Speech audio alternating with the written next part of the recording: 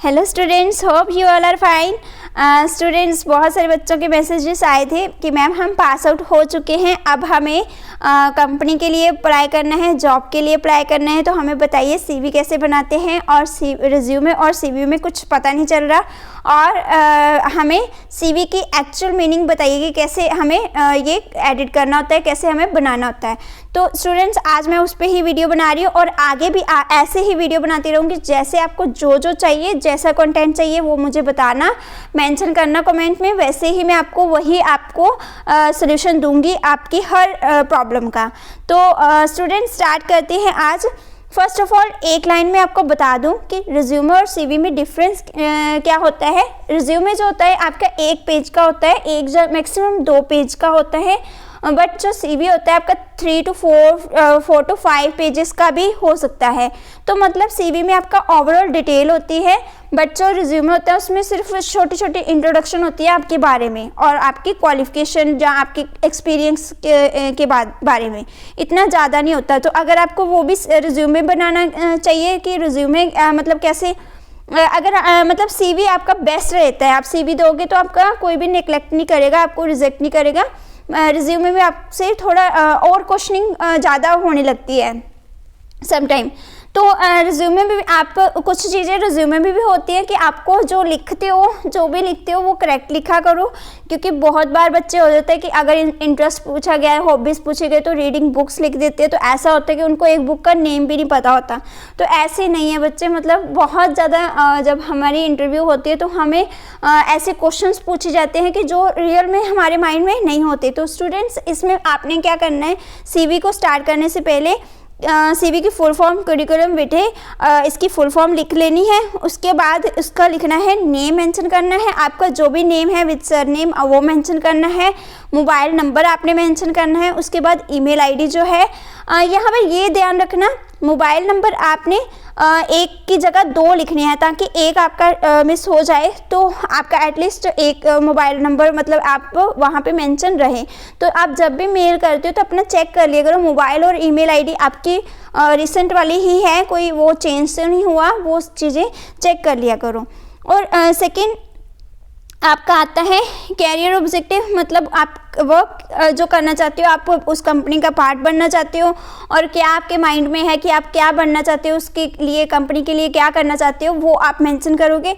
ये आपका college to college और कंपनी टू कंपनी चेंज होता रहता है। उसके बाद आपने मतलब एकेडमिक क्वालिफिकेशन लिखनी है। क्वालिफिकेशन आपने सबसे पहले हायर क्वालिफिकेशन, जैसे आपकी मास्टर्स है, बोर्ड या यूनिवर्सिटी आपकी कौन सी है, आपकी पंजाब टेक्निकल यूनिवर्सिटी है, जहाँ आपकी गुरु नानक देव यूनिवर्सिटी है, जहाँ आपकी मतलब जो भी IKEPTU है, जहाँ कोई भी जो भी आपकी है यूनिवर्सिटी, वो आप यहाँ पे मेंशन कर सकते हो। तो स्टूडेंट्स, उसके बाद स्कूल या कॉलेज, जिस कॉलेज से हो वो मेंशन करना है, ईयर ऑफ पासिंग, कब आपने पास किया था वो लिखना है। उसके बाद परसेंटेज आपने ऐड अप करनी है।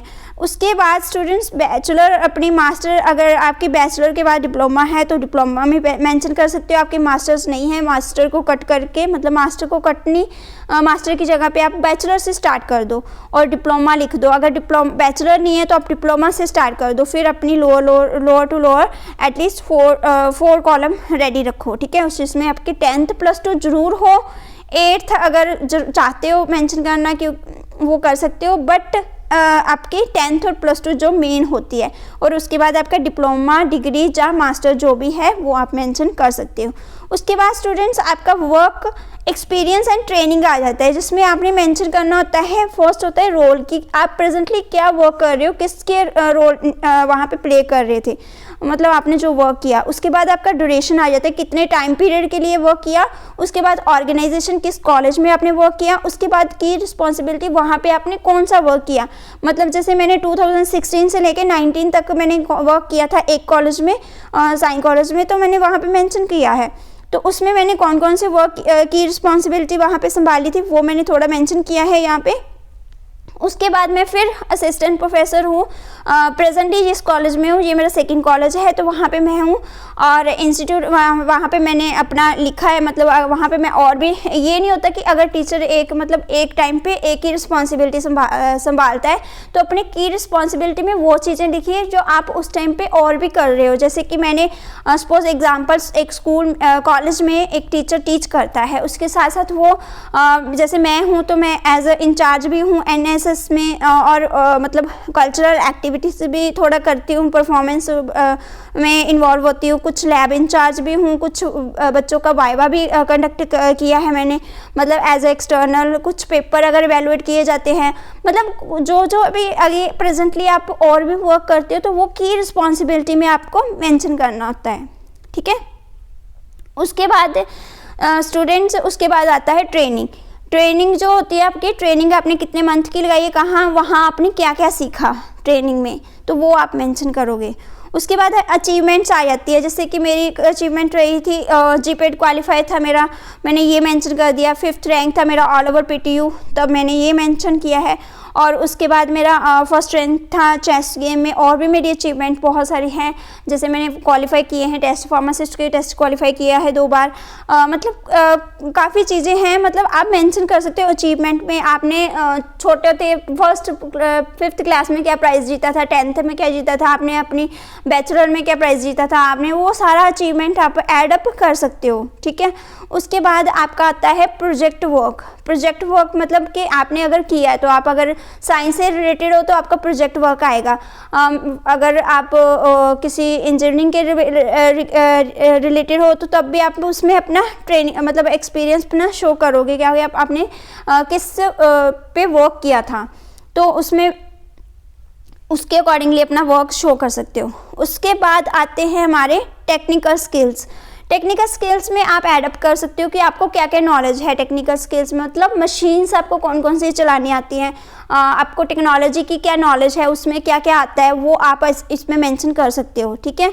और उसमें पर्सनल स्किल्स आपने बता सकते हो कि आप पर्सनली क्या क्या मतलब आपकी क्वालिटीज़ हैं, प्रोजेक्ट मैनेज कर सकते हो, जहाँ आप किसी की प्रॉब्लम सॉल्व कर सकते हो, जहाँ आप अलग अलग डिफरेंट वेज से सोच सकते हो किसी के बारे में, किसी नीडी लोगों की हेल्प करते हो, जहाँ मतलब कुछ भी आप मेंशन कर सकते हो।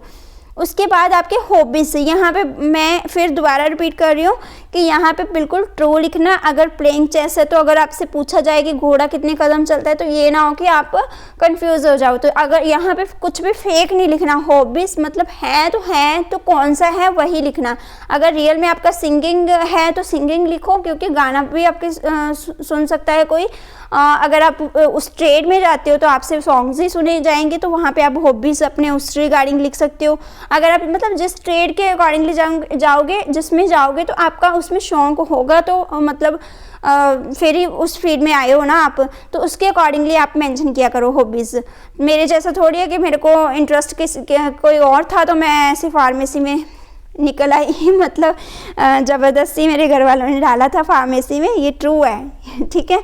उसके बाद पार्टिसिपेशंस में मतलब आता है कि पार्टिसिपेट आपने क्या क्या किया है, कौन से ऑर्गेनाइजेशन में किया है। जैसे कि मैंने किया था, कॉन्फ्रेंस की थी मैंने, मतलब कॉन्फ्रेंस में पार्टिसिपेट किया था।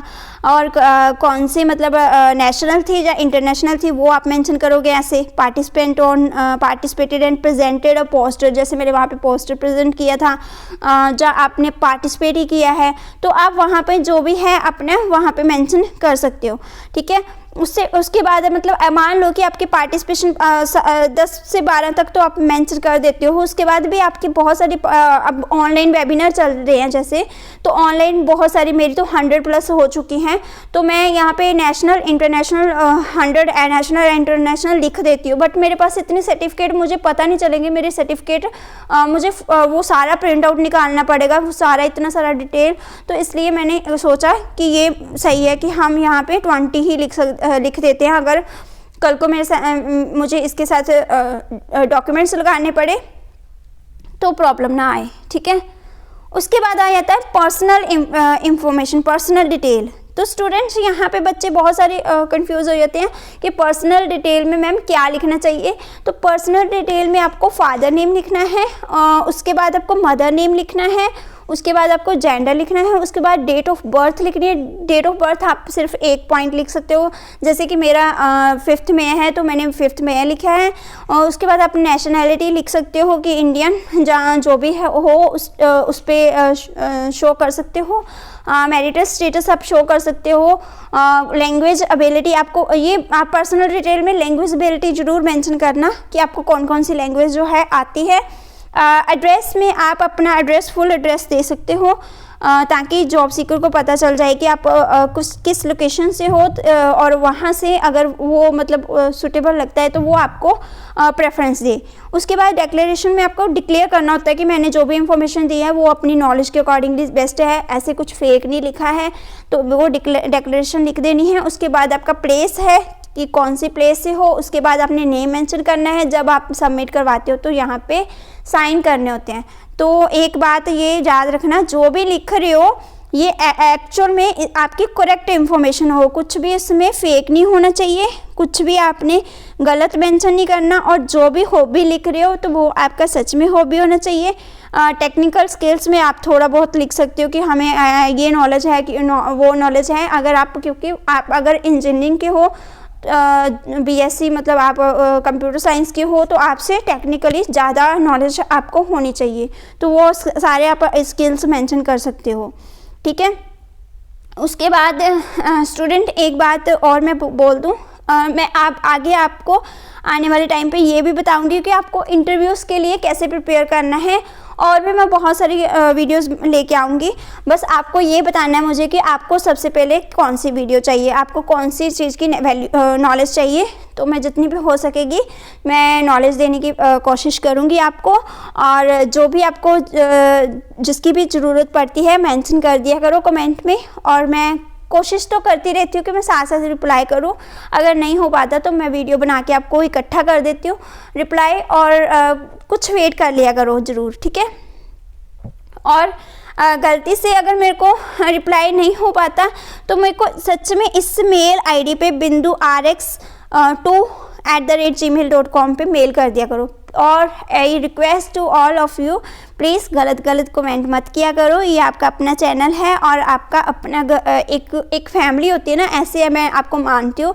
तो ऐसा ही आप पॉजिटिव यहाँ पे रहो और मेरे साथ पॉजिटिव मतलब बातें करो। इतना मतलब कुछ बच्चों का बड़े गंदे कमेंट आते हैं तो मेरे को थोड़ा फील होता है, बट मैं उनके लिए वीडियोस नहीं छोड़ूंगी, मैं बनाती रहूँगी, क्योंकि जिनका वो काम है वो करना, तो मुझे उनके लिए कोई फ़र्क नहीं पड़ता, बिकॉज़ मेरा और भी बच्चे वेट कर रहे होते हैं कि जिनको सच में मेरी ज़रूरत है।